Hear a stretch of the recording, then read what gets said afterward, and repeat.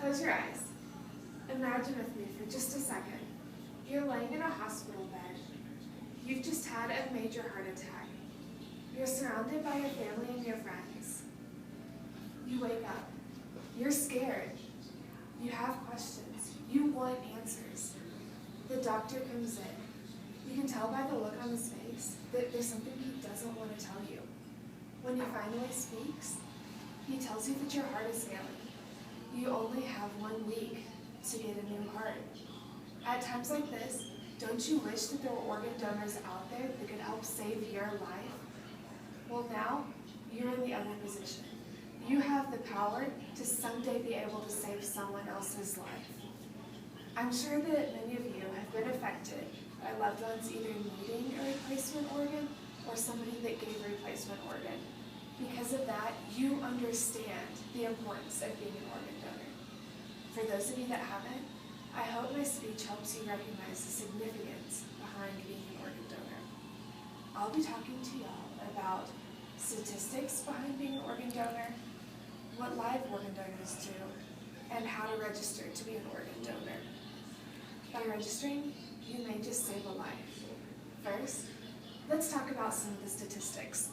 The U.S. Department of Health and Human Services says that 18 people will die each day waiting for an organ. It also says that one donor can save up to 8 lives.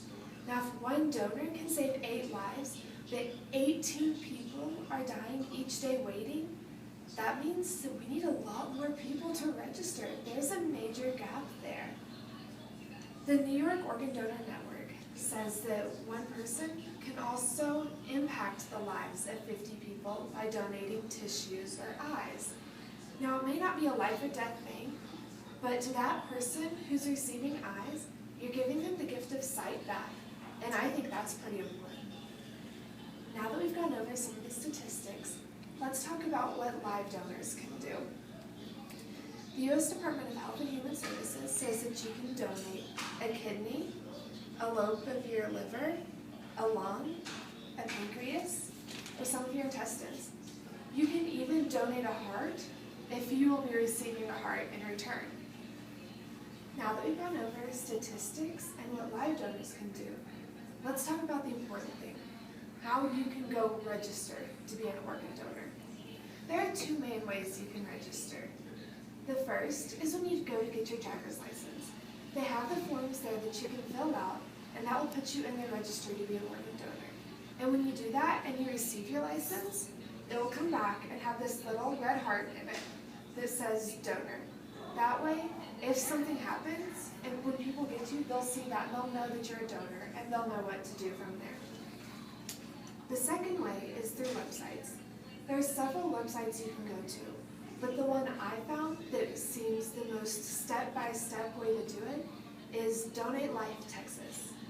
That's good for people in our area, and if you go there, as I said, it goes through step-by-step exactly what you need to do to register. Seems pretty simple.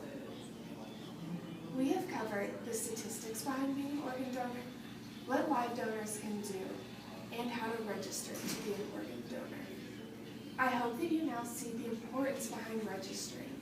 You may just save a life, or 8. Thank you.